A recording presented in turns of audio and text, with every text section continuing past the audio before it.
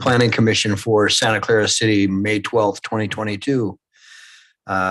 If you would all join Ryan Anderson with the Pledge of Allegiance.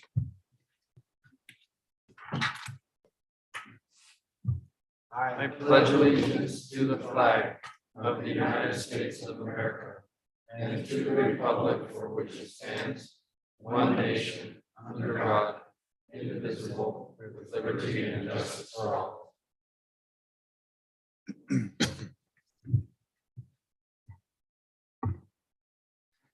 Our dear Heavenly Father, we're grateful for this opportunity we have to meet as a city and as a city council or a planning commission.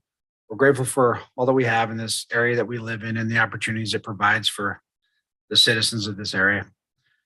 We're grateful for the great citizen support that we always have. We ask you to bless us that we'll do the right thing and make good decisions that help everyone. And we say these things in the name of Jesus Christ. Amen. Amen. Amen. Thanks, Ryan. Okay, thank you everybody for being here, and thank you for staff for putting this together for us.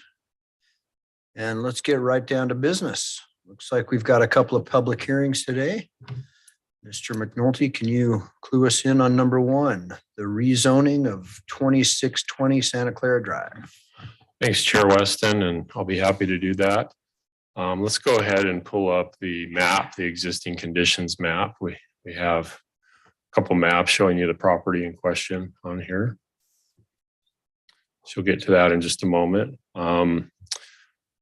So that's the property in question. It's directly across the street from the city offices. It's 0.95 acres. You can see the legal description, and then it's been stamped by a land surveyor, certified by the state. And then if we go to the next drawing, you can kind of see the existing conditions, what exists on the property now with the existing single family home, the circular driveway, a storage area behind, and then we have a block wall with some other outbuildings to the north. So the applicant is Stephen Hafen. Mr. Hafen's looking to rezone the property. It's currently zoned historic district residential. Mr. Hafen would like to rezone to historic district mixed use to allow for retail use on the site. So it has been used as a single family home in the past. The applicant's looking to lease the building to a future tenant that would utilize it and do a commercial business there. This project or this item was discussed by our Heritage Commission last week on May 5th of 2022. The Heritage Commission is in support of the proposed property rezoning, subject to the application going through the Planning Commission and City Council process required by code. Another thing we discussed with the Heritage Commission, at this time, the applicant is proposing to own the building and lease it. There's no proposed modifications to the building exterior of any type. Because it's in a historic district, if they propose to do that in the future, that submittal or that application would have to go back to the historic Heritage Commission, and then back to Planning Commission and Council for review of changes to the exterior of the building because it's along Santa Clara Drive in our historic district. So right now, no changes are being proposed as per code. This property, as you know, has frontage along Santa Clara Drive. We did send notices as per state code to property owners within 300 feet of any point of the property. We also posted the property as per state code with public hearing notices out in front, as you can see if you drive by or walk across the street. According to our general plan, the general plan indicates a neighborhood commercial land use for this property. The proposed historic district overlay mixed use zone complies with the intent of the general plan. The description and character objectives of the neighborhood commercial land use state the following. Commercial uses are generally small shops and stores, but some larger facilities, such as grocery stores, will be permitted as long as they front on a pedestrian way. These areas are intended to support residential neighborhood convenience, shopping, services, and community facilities, as well as mixed use, multifamily residential, and office uses. The proposed application does not include a mixed use development. However, it does include a retail business use as encouraged by the general plan, and the existing building will remain on site and be utilized for a commercial business rather than a rental home. We have noticed it, and we meet all state code statutes according to 109A 205 from state code. as far as all property owners within 300 feet, and then the 10 days notice, and then posting a sign so all the adjacent residents and others can see. So we've met that requirement. The planning staff recommendation is as follows. Staff recommends that the Planning Commission recommends approval of the proposed Stephen Hafen rezone from the Historic District Overlay Residential Zone to the Historic District Mixed Use Zone for the property located at 2620 Santa Clara Drive to the City Council, subject to the following conditions. And we've outlined 3 conditions. I'll read those quickly. That the applicant or future tenant work with the city building official to determine if any necessary improvements to the building are required prior to conducting a commercial business at this location. 2, that the applicant or future tenant be required to obtain a business license with the city before conducting a commercial business at this location. 3, that the applicant or future tenant proposes, if they propose any changes to the exterior of the building, that the item will need to be reviewed by Heritage Commission, Planning Commission, and City Council.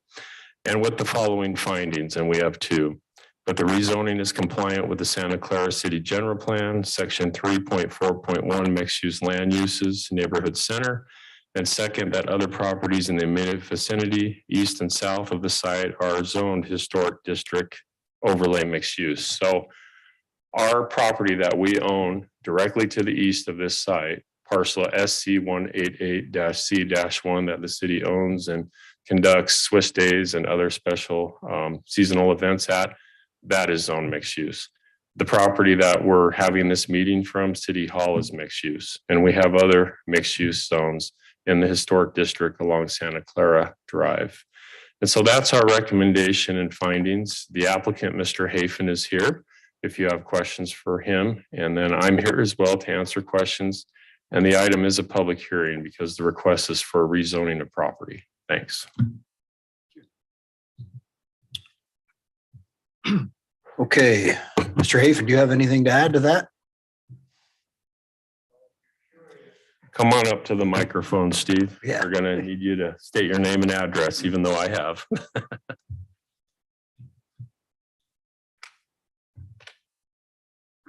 The record, Stephen Hafen, 1680 Sunkist Drive in St. George. That's where I live, but we're talking about the property across the street. The tenant who's going to lease the building is an existing business just off of Sunset behind the Taco Bell, antiques, etc. They've had a lot of experience. They're originally from Illinois.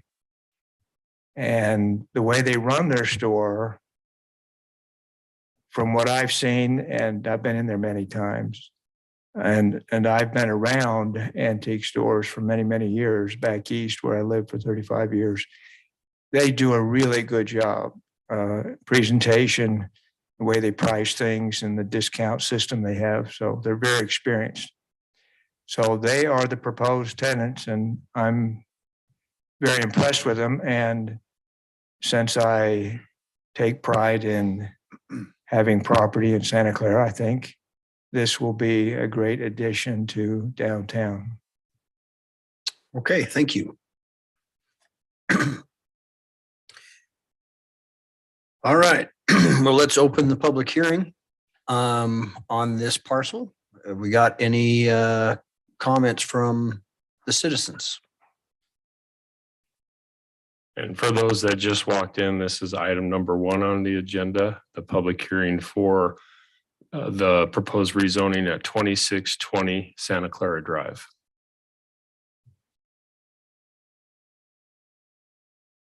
Okay. Doesn't look like it. Anyone online? Is there any comments online, Selena? None. Going once. Okay, well, I will close the public hearing on item number 1. And do we want to jump down to general business 1 or just go to the other public hearing first? I think we can go to the general business here on this Okay. item, and you could ask staff any questions you may have before making a recommendation. All right, great. Yep. Folks have any questions about this one? Is all the antiques, are they going to be inside the house? Is it mostly in store or inside the house, or is there going to be things outside as well? Come on up, Stephen. We need you. Need you to the mic. Sorry to make you get up again. We'll have you stay right here if you have more questions. Sorry. I could appreciate the question because of the situation for the last few months with a lot of junk out there around the house, which I apologize for, but that will all be cleaned up and their business will be strictly inside. Okay. As far as I know, their business currently is all inside, and they have the types of antiques that you couldn't put them out. So it won't look like what it has looked like for the last few months, which here again, I apologize for. There's nothing changing in the landscape, is there, for parking or anything like that? It's pretty much staying just how it is. That's a discussion we've had, and that will be part of the business license review. We do have a circular driveway there, but the tenant's going to have to meet with us to get a business license because we have a change in use. You know, that's an issue there. So that is going to require our building official, Cody Mitchell, and Con Fould, our fire inspector, and myself to review and approve. And based on the plan that comes in, business plan, we may have to create some more parking, some more gravel parking, like the antique, our shop across the street. Bendago. I was going to say Bodego. Bendago. They're going to do an upgrade to their sign. They've come to us recently on that. Heritage Commission approved that. But yeah, when I look at that one, we have 2 points of ingress and egress and some parking that's safe for people to get in and out. So really, it's going to be the tenant who comes in and is going to have to work with us on that, and they're aware of that. So, do you have any other ideas of doing any different things with the property, or is it just renting to the antique store? It's just going to be the antique store. I might have an occasional yard sale there during the year, which some of you have seen in the past, but it will just strictly be the antique store. okay. I guess most of you know I signed a note that gives the city the first rights of refusal for the property. So I think for the long term, the city will have a much better use of it down the road. And that's a good question. We've discussed that recently, and Stephen's not ready to sell at this point. He still wants to own and lease the property, but at some point down the line, he'll probably sell, and then the city can expand the use there adjacent to our land and include this property as well at some point. So That might be sooner than later. okay. This is for Mr. McNulty.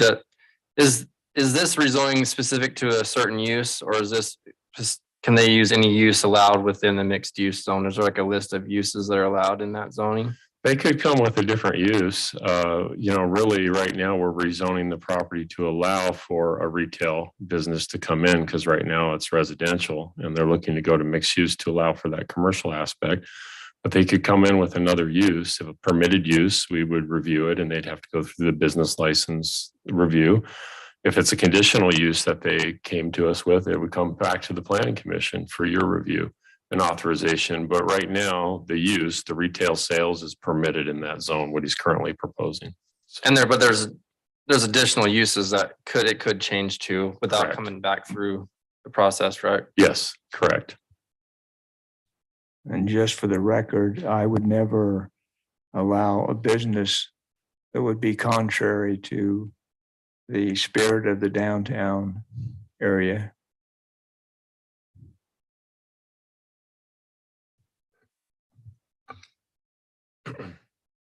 So, Mark, I'm pretty excited about that. I think that that's really important with this the way the historic zone is that I think there should be more of those types of businesses going in. I actually hoped they were going to put a Chick-fil-A in there, but I guess that didn't work out. But I think that these types of projects are really important. In my dream world, there would be mixed use with the retail on the bottom and residential on top. But I think this is a great step forward. And it could happen someday. Yeah. At some point, as properties sell and people assemble and come in to do a true mixed use. We've had some people looking at some properties on Santa Clara Drive for just that. So we'll see what happens in the future here. Well, I think the city even talked about doing something kind of crazy over there on their lot. And if Mr. Hafen someday sells to the city, it would facilitate a project like that right there. Yeah, a water park. I'm joking. I don't know if it was a water park, but it was something like that. Something like that. Right. All right, excellent. Anything else from planning commission? Were you ready to make a recommendation? I am. Yeah, I'll motion to recommend to the city council for the rezoning to rezone the property at 2620 Santa Clara Drive from residential to mixed use as recommended by staff. Okay, I've got a recommendation from Curtis I'll second it. and a second from Ryan. All in favor? Aye. That one goes through. You're good. Go forward. Thanks, Stephen. We'll see you in a couple of weeks at council. I'll talk to you tomorrow about that. See ya. On to item number 2 on the working agenda, the PDC zone amendment. All right. Thank you, Chair Weston. So this is an exciting project with the applicant coming in to do a commercial site at the corner. As you know, it is zone plan development commercial. This is the site plan here. But before we get into that, if we could scroll down, I'd like to show the overall original plan for Heritage Point, and I'm not sure where it is on here. I just wanted to, for those in the audience, show them the previous plan when it was laid out. And that's it right here. So Heritage Point Townhomes is currently under construction, and that's the main middle section of the property. And then we have 2 future commercial development sites that are zoned PDC. This is one of those sites. So this is the property on the corner of Santa Clara Drive and Country Lane. And so that is zone plan development commercial. And then we have the other piece to the left or to the west that says future commercial development. That's likely to be an office. We've had the interest in that's been kind of a medical office, because that's not, it's going to be accessed through the interior of the site. It's kind of a unique piece, and the shape is a little bit odd. So let's scroll to that site plan now, Christelle. I just wanted to let everybody know that this was thought out previously, and the property is currently zoned PDC. Looking at this site plan, there's a bit going on the site. The property is 0.76 acres. The applicant's proposing to do a 4,000 square foot building. Within the envelope of that building, there would be 3 tenants. One would be 1,000 square foot restaurant use with a drive-through on the north end. You can see the drive-through lane there. Thank you. And then we have 2 proposed 1,500 square foot retail spaces going to the south. One would have a door facing south. The other one's doorway would be facing west. And you could see the 1,000 square foot restaurant use would also have a door facing west. As indicated, the property is zoned PDC. As the Planning Commission knows, when we get a site plan or a project through the review process, we do what's called the PDC amendment and site plan review. And that's what we're doing here as required by the PDC zone. And so it's been noticed as such. And so this item was noticed to all property owners within 300 feet of any point of the property. And we've also put a public hearing notice sign on the corner. And that's been up for approximately 2 weeks. State statute requires 10 days, and we've met those requirements. What I want to do now is kind of go through the site plan and other aspects of the project. There's a lot of detail here, and I wanted to be able to explain that to the Planning Commission. So access will be gained off of both Santa Clara Drive and Country Lane.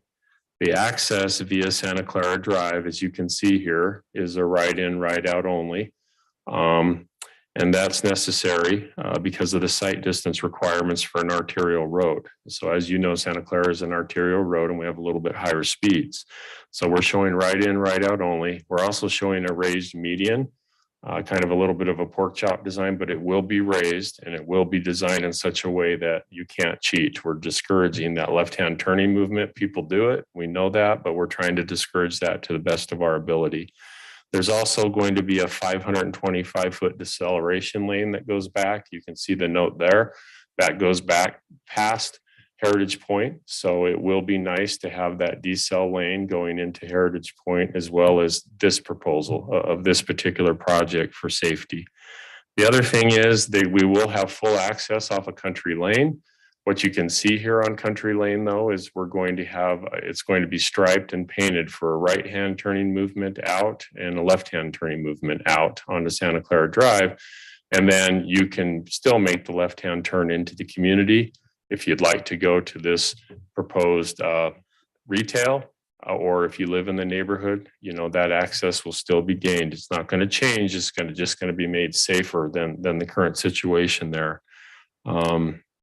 And so we do have a few things going here. We do have a drive-through. So you can see the drive-through that goes around the building, and the pickup, the proposed pickup would be on the north elevation there, where you pay in one window and you pick up your item in the next window. That has stacking for up to 10 vehicles around the drive-through lane. And then also on the south boundary, you can see the south access gained off a Country Lane. There is an access drive on the very southwestern portion of the site to the existing home. There is an existing home there, if you've noticed, driving by adjacent to the Country Kids, and they have a prescriptive right for access on the property, and the applicants were, you know, they're working together and they've agreed to that. So that's going to be no business access. There'll be a sign, no business access. That's just for the residential access for the homeowner. If we go to the building design, I'll go to that next. We've been working with the applicant on the building design. We think it's turned out quite nice. It's a timeless design. You see the light gray stucco. There's a brick veneer, a tundra chalk dust. There's a materials board, but that's the name of the product. Metal awnings and window treatments and cable supports. So we've worked with them. They had an awning, but we've talked about the cable supports to give it that better look. We've seen a lot of that. The other thing that's kind of cool is the beechwood panels above the awnings and the cables. That allows for the signs to be placed up there on that wood rather than stucco or the stone. If you've noticed, or if you've ever noticed, you'll see commercial centers, and sometimes they look quite dated because you can see the marks of all the signs from previous tenants that have come and gone.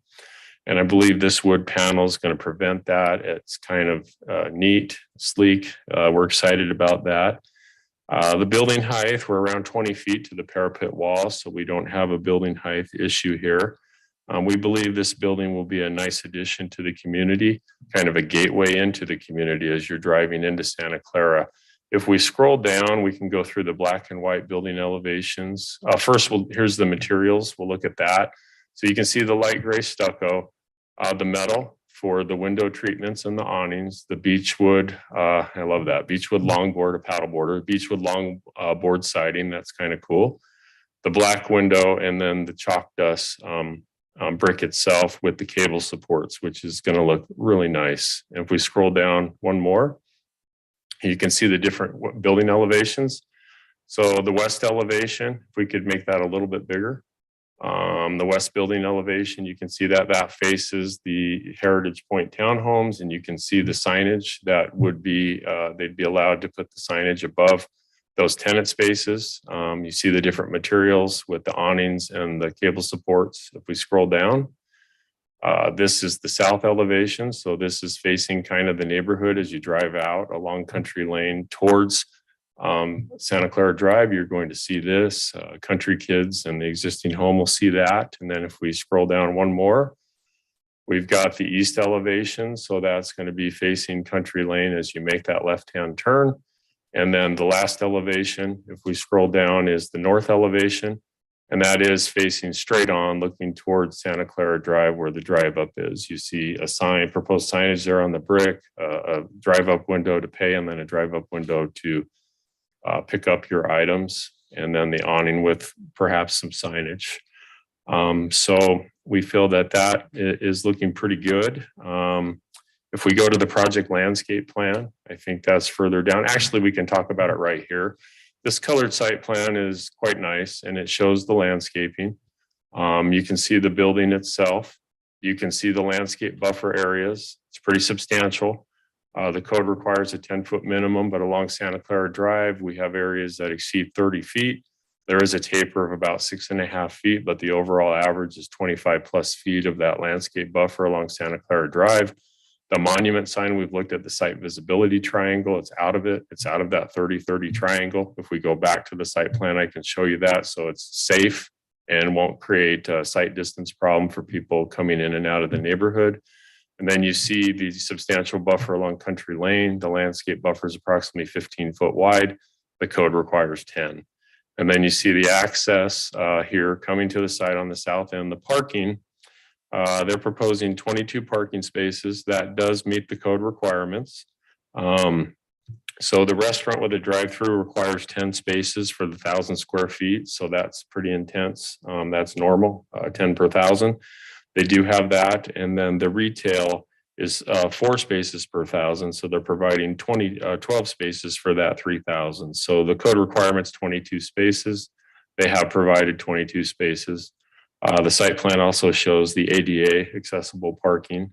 We can go back to that in a moment, but they are complying with that. As far as fencing, project fencing is not proposed and it's not required on this corner piece. The Heritage Point townhomes to the west, they've got a solid wall up above and a retaining wall at the base where the property lines match up. So, you know, and then there's open frontage on Santa Clara Drive and Country Lane. So we want that to remain as is. If we could go back to the first site plan, Christelle. Thank you. Outdoor lighting is probably going to be proposed on the building. And we do have a condition about outdoor lighting being compliant with code. Light standards can't exceed 16 feet. You know, that's what's required. That's what you see up at the Dollar Tree, and the new O'Reilly's will have the 16-foot light standards. That's a code requirement. Lighting has to be indirect, shielded, and directed downward to avoid light spill. So we're going to make sure there's no light spill on adjacent properties or sites.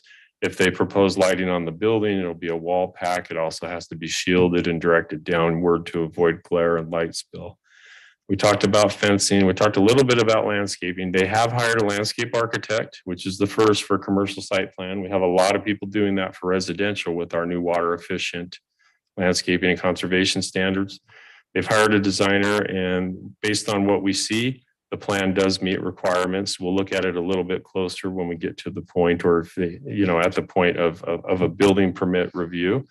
But it's very limited. You know, we've got about 7,400 square feet, which is 22% of the site, and about approximately 950 square feet being irrigated. So it is a drought tolerant, desertscape, xeriscape design, as the ordinance is promoting to reduce water in the area.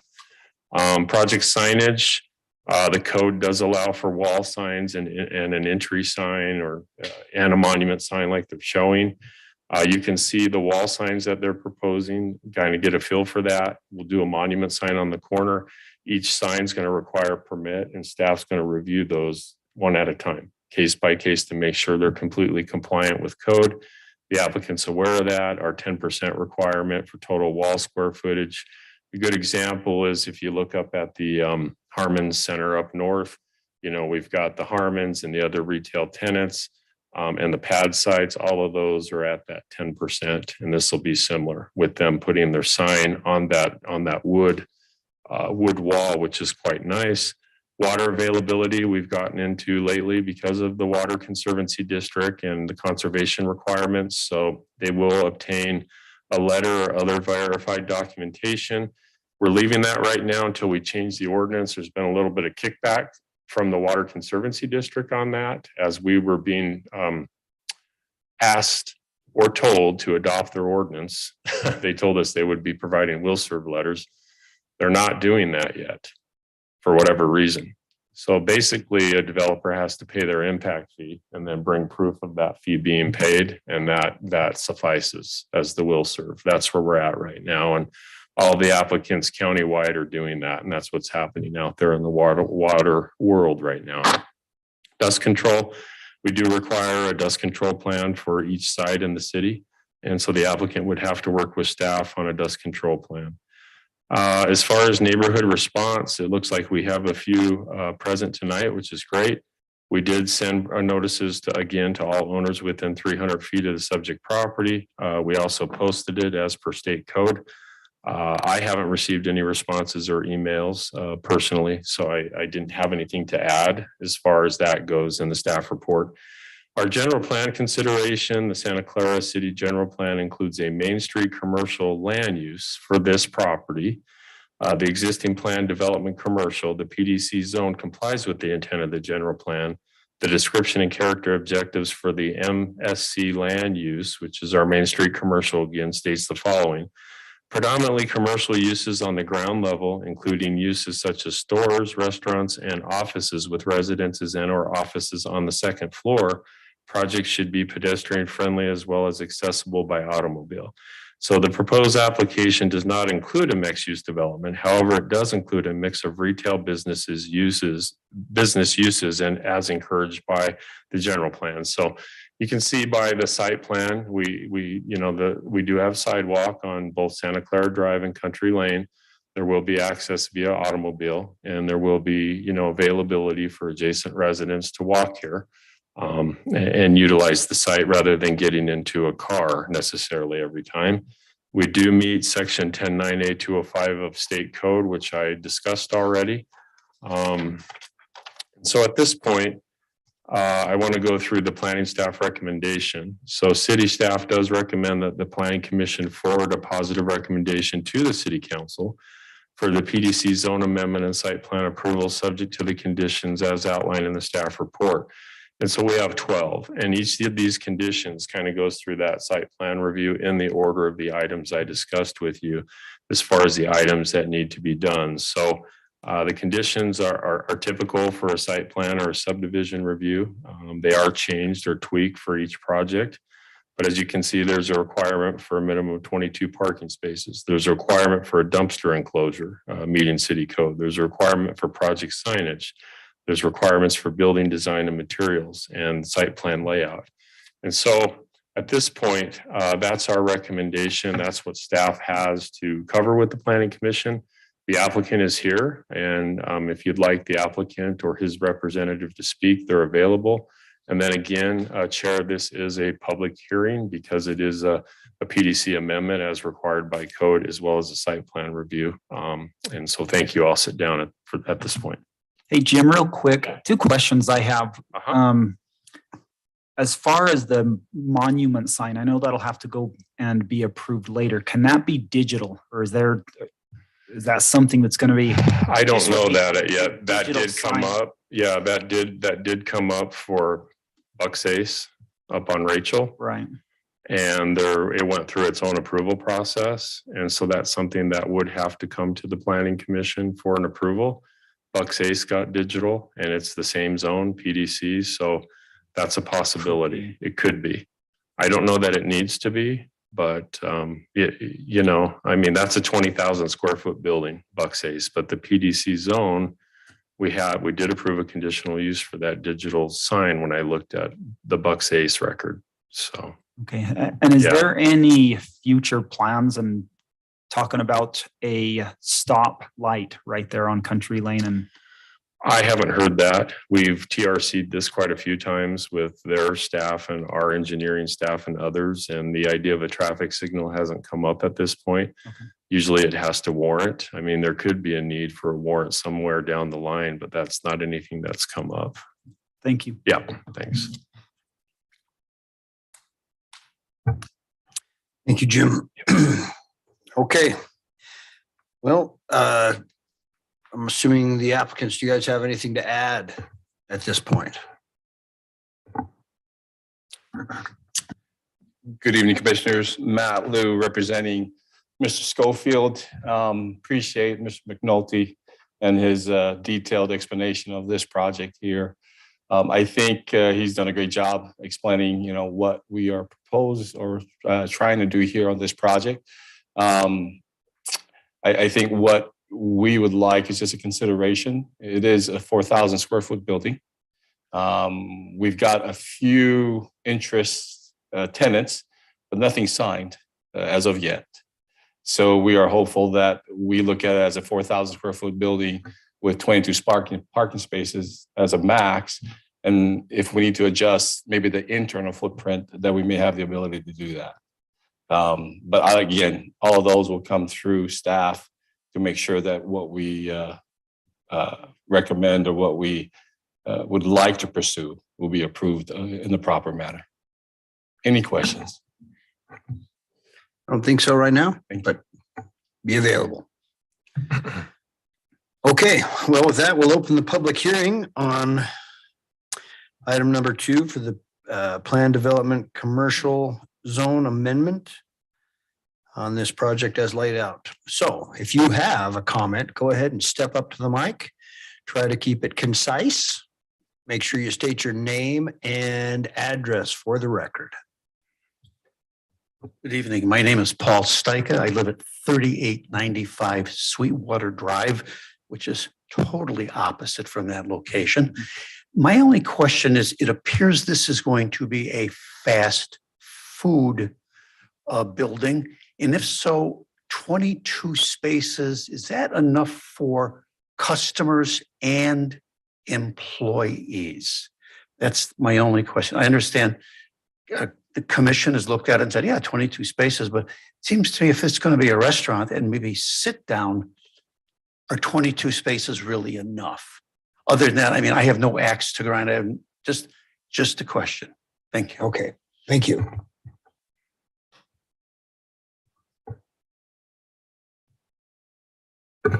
Yeah, Certainly. go ahead, sir. Hi, thanks. I'm Jamie Morris and I live on 763 Country Lane. Good to see y'all. So my interest is similar to this gentleman's. The parking concerns us because we just want to make sure that there's not going to be a lot of parking up and down Country Lane for this type of facility. And also, if you live on Country Lane or near there, you've seen that it kind of has become a very high speed cut through from Dixie to Sunset. And it's, I mean, with the restaurant there that, if it's a very popular restaurant or whatever, it could be very dangerous with people very excited to get their hamburger or whatever, speeding up Country Lane. So I don't know if this is where I would propose this or would suggest it, but maybe something to help that would be like on Sweet Spring or Morning Glory to put a stop sign or something like that to hopefully maybe slow down any huge influx of traffic. But I guess that's my couple suggestions is just we didn't want people parking up and down Country Lane, kind of causing that kind of traffic. Thank you. Okay, thank you.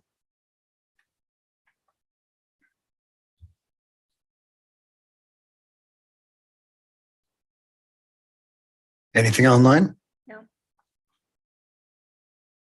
Do we have any others that would like to speak?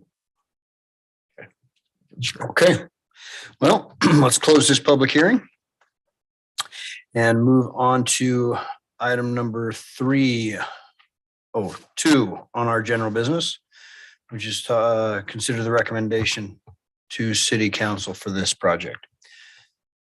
And I can answer those questions. Okay. The applicant's available too, but I can answer the questions that were asked to the best of my ability if the planning commission would like that.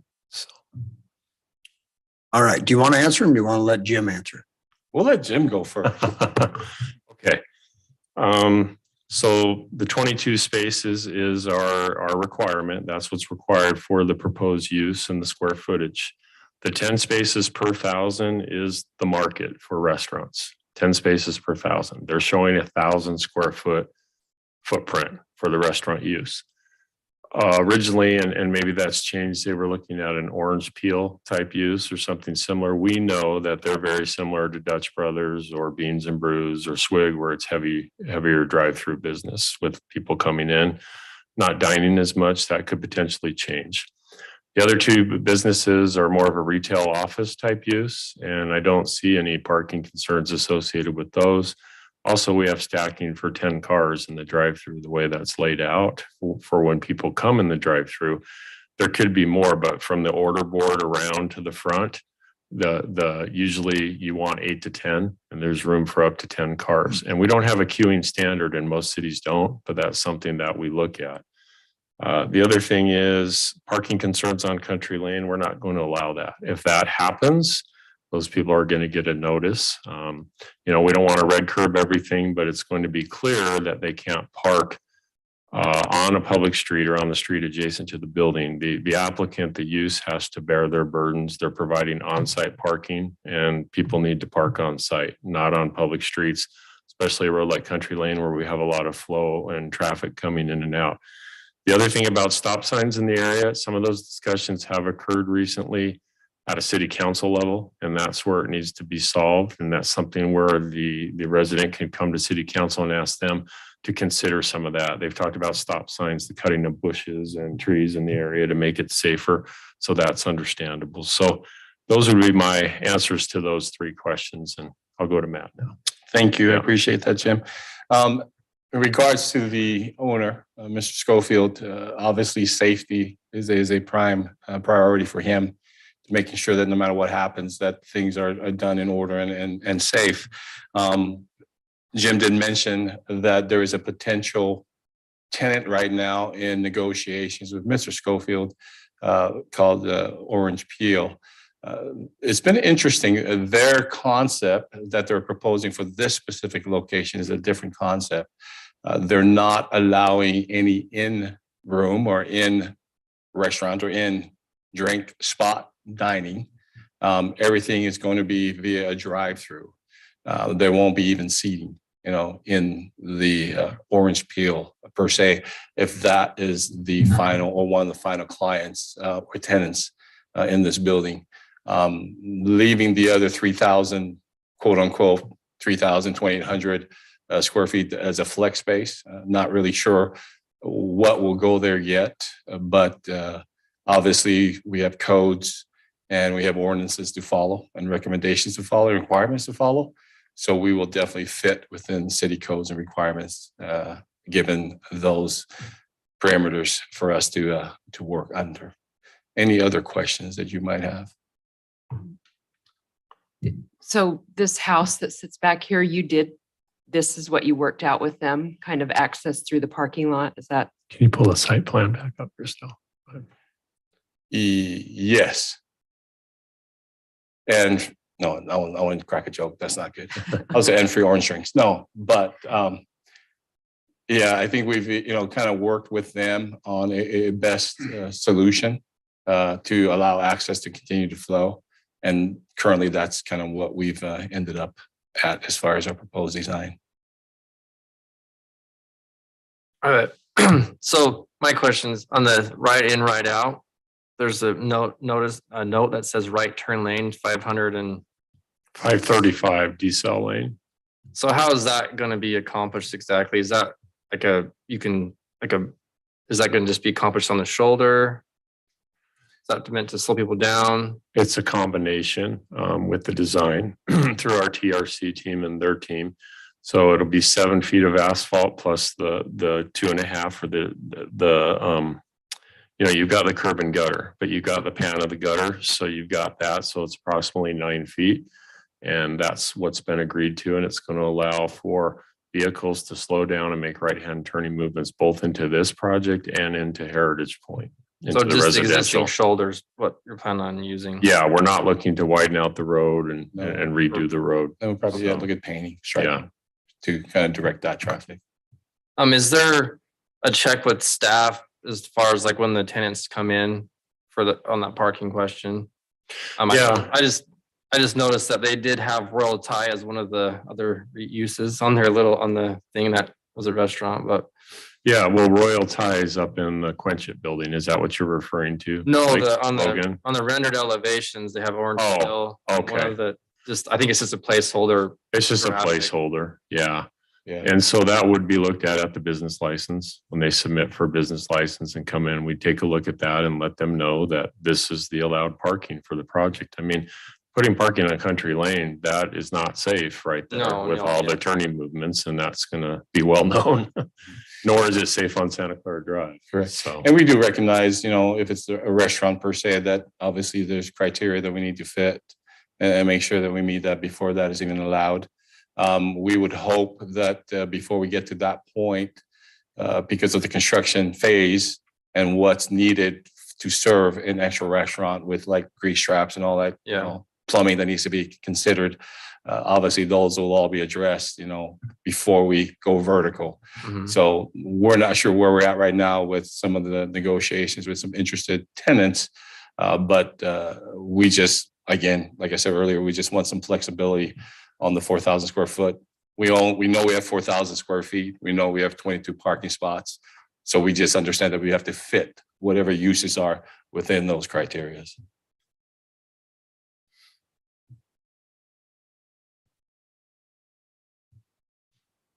the restaurant space takes a bit of it. At 10 per thousand, that's the standard. So there's really room for one. So. And that's regardless of if it's designed for walk-in or sit down. That's the tough thing. It doesn't differentiate between the two. It's 10 per thousand, and that's where we need to keep it right now, unless we decide to amend the code at some point. So, but that could change. Also, a group like Orange Peel could come in, and then another group could come in 3 to 5 years down the line. So it's good to have the parking. Could be a sushi place in 5 years. I don't know. So Now we're talking. Or a Chick-fil-A, right, Jim? no, not a Chick-fil-A. Not a Chick-fil-A. Not a Chick-fil-A. No Chick-fil-A. A Chick-fil-A would go well up in the Harmons area, but not really in I'm this not sure area. if anybody has enough stacking distance. Yeah. I know Chick-fil-A. They do a good job getting you through the drive-through. Chick-fil-A and In-N-Out both do a good job. So, But this will not be Yeah. like the Chick-fil-A off of Blackbridge where you No. can cheat that left turn no. and make that left turn sooner than going a little up the road and down the hill. I'm not saying that I've never done that before, but it happens. That Chick-fil-A is hard. Yeah. Okay. Thank you. Anything else from staff or commission? All right. Are you ready to make a recommendation?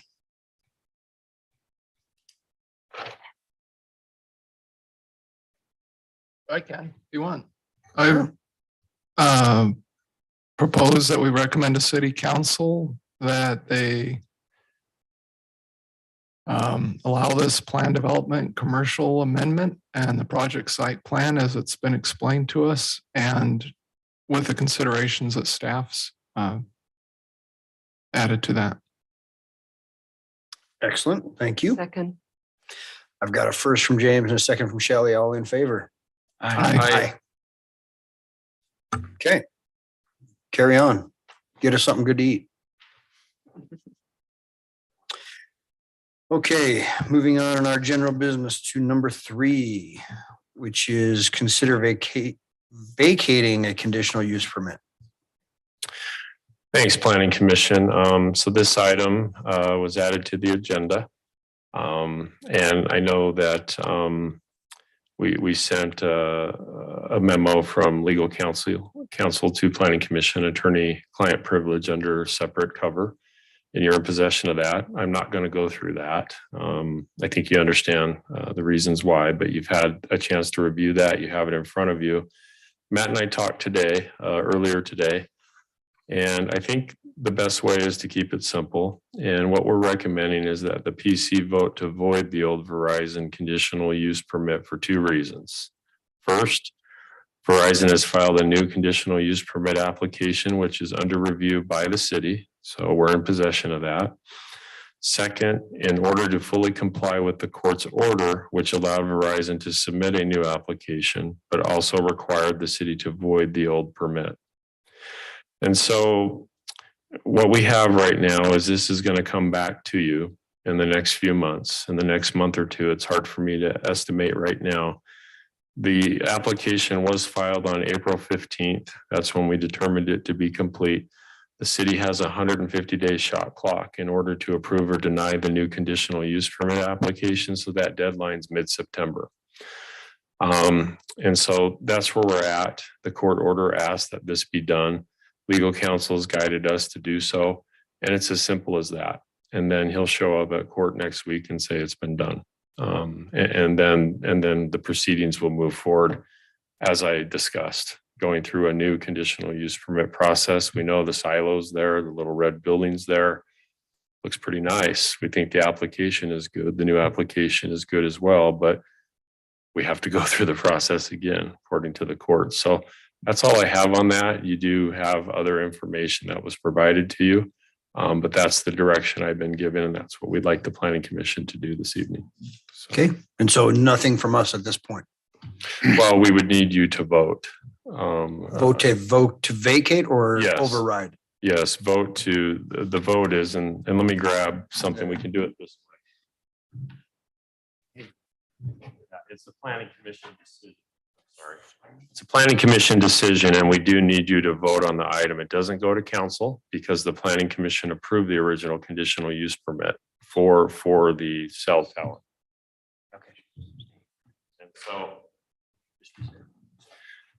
what I can say is, what we're recommending is that the Planning Commission, and we can use this if the Planning Commission would like to use it, that the Planning Commission void the conditional use permit previously granted to Verizon Wireless for its cell tower facility located on the property owned by Windy Peak LC, south of Malaga Drive and north of Sunbrook Golf Course.